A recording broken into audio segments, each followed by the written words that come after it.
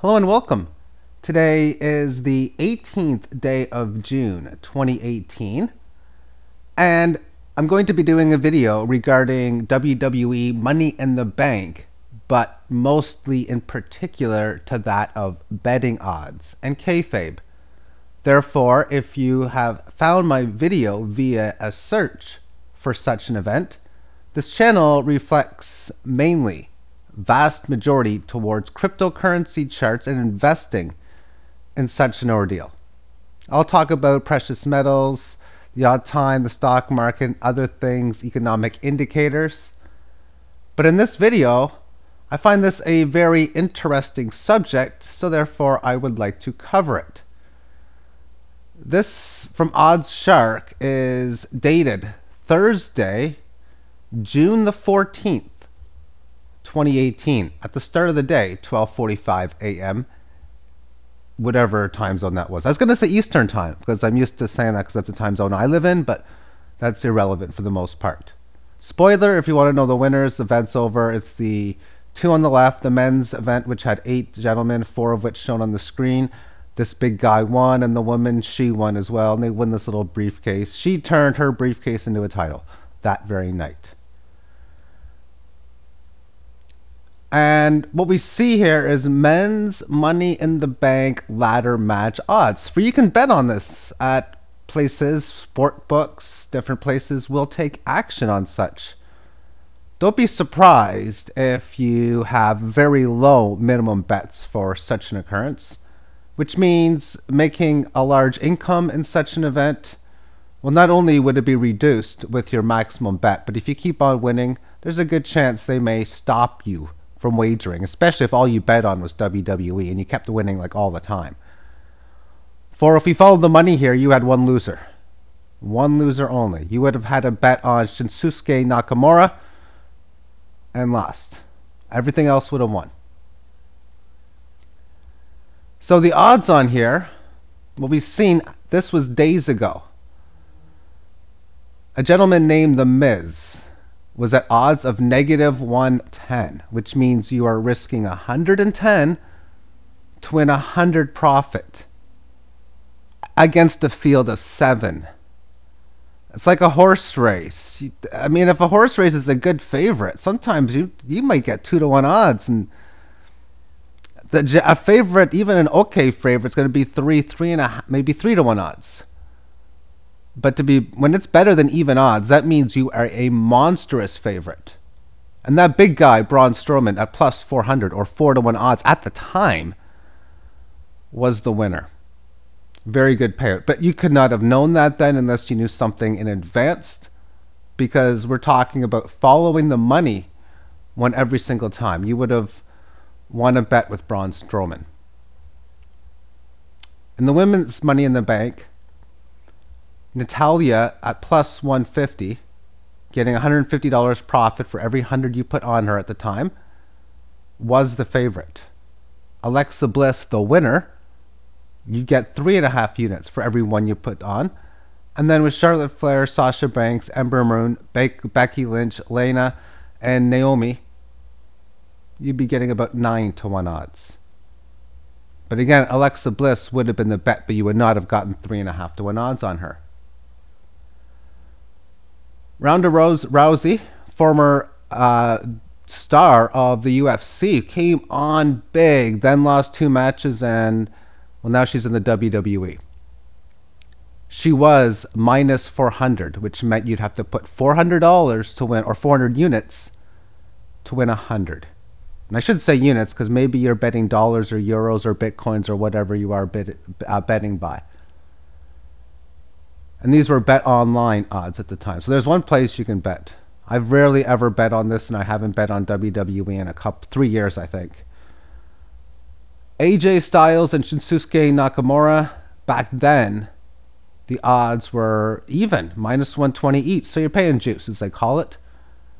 The bet was to go on Shinsuke Nakamura, and that was a loser. Carmella versus Asuka. It was Asuka -200, and Carmella plus 160. The play would have been Carmella, and that would have been a winner. Of course, you wouldn't have got plus 160, because we're going to go to final betting odds now. So this was done by WrestleZone, or I got mandatory.com on my view that I'm looking at, but it's WrestleZone News. This is before the event came out, or the closing odds. And we're using Sky Bet in this one. It's time to take a look at the final betting odds for the Money in the Bank pay-per-view last night, as seen on Sky Bet. All 10 matches are scheduled to take place in Chicago and are available to bet on. So let's go through each of the 10. The favorites pretty much win every single one. So Braun Strowman, who was like 4-1, goes to even odds. And The Miz, who was chalk favorite, becomes a 3-2 favorite, or 6/4 is that of plus 150. So the money went to Braun Strowman, so the odds of even odds bet was that of a winner. Natalya here, 13-8. That means closer to 2-1 than even odds.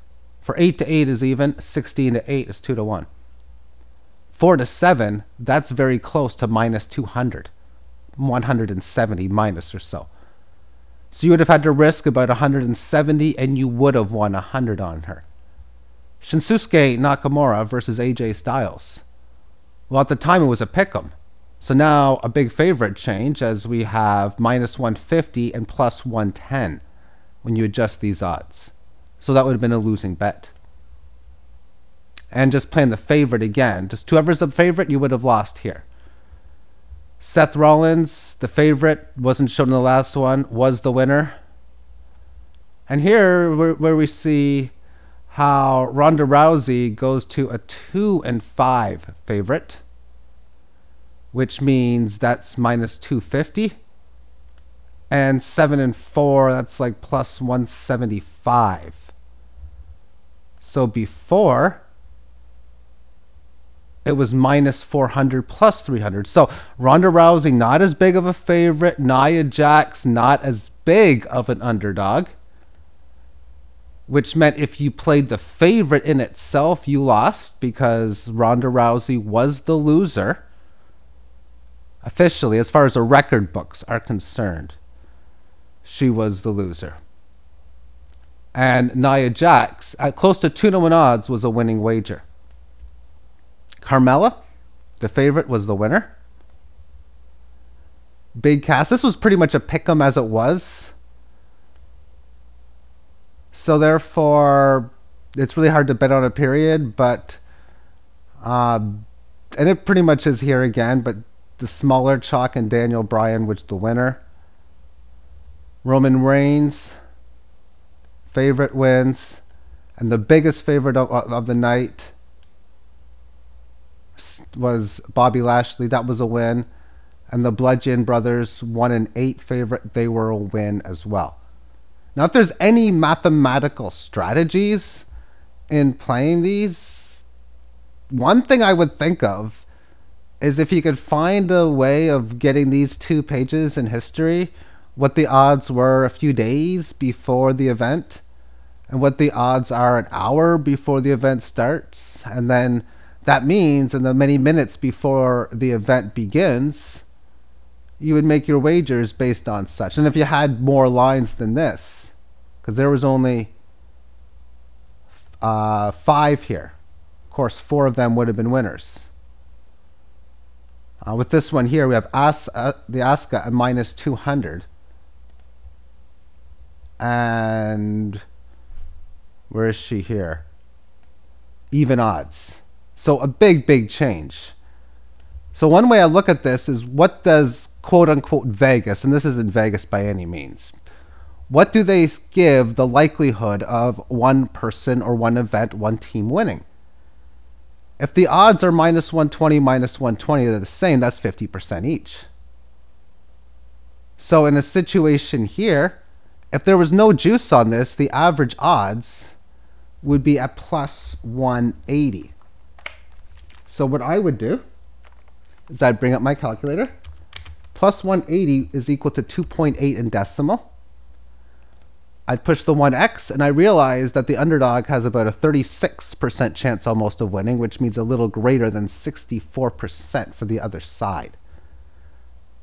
So for Carmella to go from 36% of a favorite, and in this case, we can see with Asuka at even odds in 8 and 11, we're talking about a 55% likelihood for Carmella going in, is what they were saying. Those lines don't move like this in baseball, football, basketball, soccer, any of those sports, because of a thing called kayfabe. These matches are predetermined. Back in the day, and back in the day is 10 years ago, there was a show called Conspiracy Theory with Jesse Ventura. The idea I had back then was, well, the show was popular. Why don't we have Jesse Ventura do a show like this? Of course, we'll get other people to act the characters out. And Jesse Ventura would normally talk about stuff like September 11th and maybe whatever's going on with different type of central bankers and aliens and all these other things about conspiracy theories. Did we walk on the moon? Although I didn't think he talked about that one. But a perfect example would be him saying, I think wrestling events are set up, that it's all a conspiracy, that it's not real. Of course, everyone knows that these events in professional wrestling are set up, thus kayfabe, which finds it very interesting for me, because I look at how people view things like wrestling as fake, but they accept it. If only people would look at their money and determine, is there any kayfabe or any legitimacy towards such? Thank you for tuning in, and have yourself a great day. Bye-bye.